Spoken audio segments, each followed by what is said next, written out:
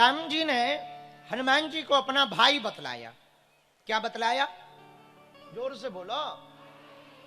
हनुमान जी दूत भी है पर राम जी के भाई हैं। ये बात हम प्रमाण करके बताएंगे, ध्यान से सुनना। संजीवनी बूटी लेकर के जब हनुमान जी वापस आए तो राम जी ने गले लगाया। उस बात का जिक्र हनुमान चालीसा में तुलसीदास जी ने किया। रघुपति कीन्ही बहुत बड़ाई,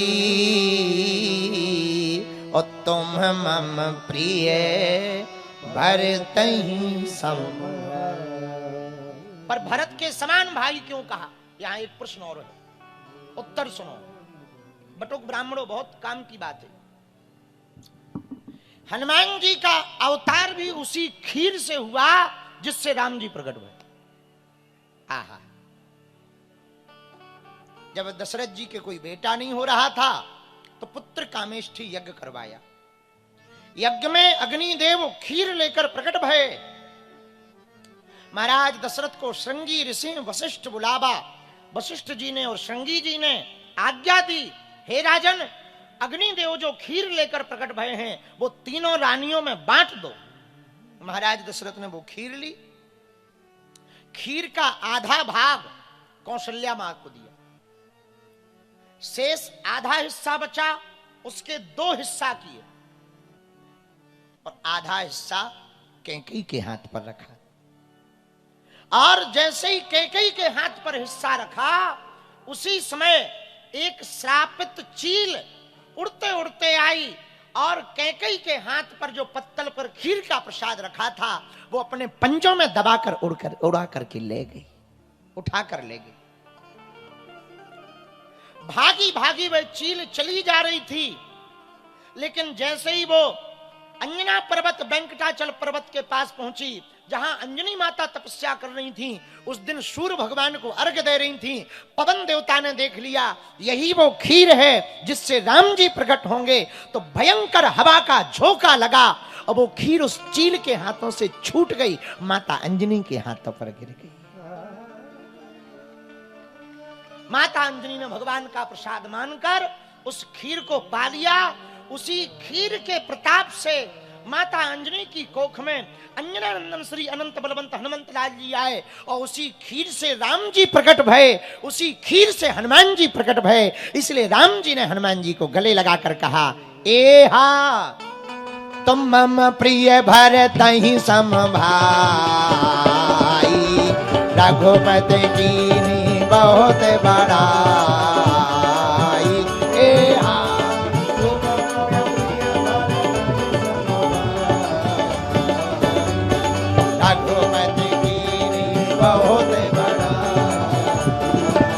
श्री राम श्री राम जय राम जय जय राम,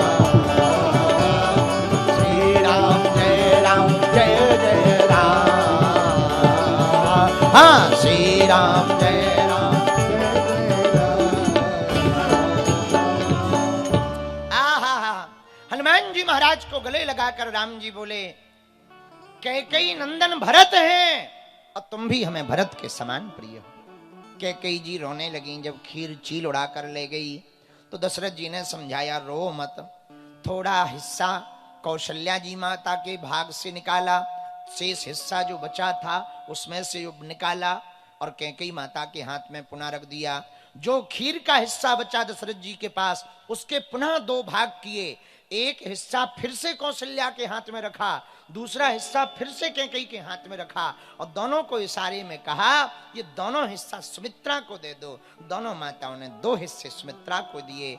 तो उस कैकेयी माता ने जो हिस्सा पाया, उस खीर के प्रसाद के प्रताप के कारण श्री भरतलाल जी प्रकट भये। लेकिन खीर का प्रसाद का पहला पात्र चील लेकर के गई, उसी प्रसाद से श्री अंजनी लाल श्री हनुमान जी महाराज प्रकट भये। इसलिए राम जी ने कहा, तुम मम प्रिय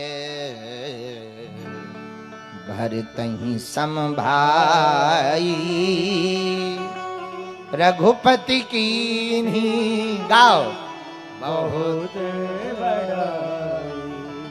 श्री अंजना माता ने सूर्य से तेज, शिव से शक्ति और पवन देवता से गुण मांगा, इसलिए तुलसीदास जी ने चौपाई में लिखा अंजनी पुत्र पवन सुत नामा।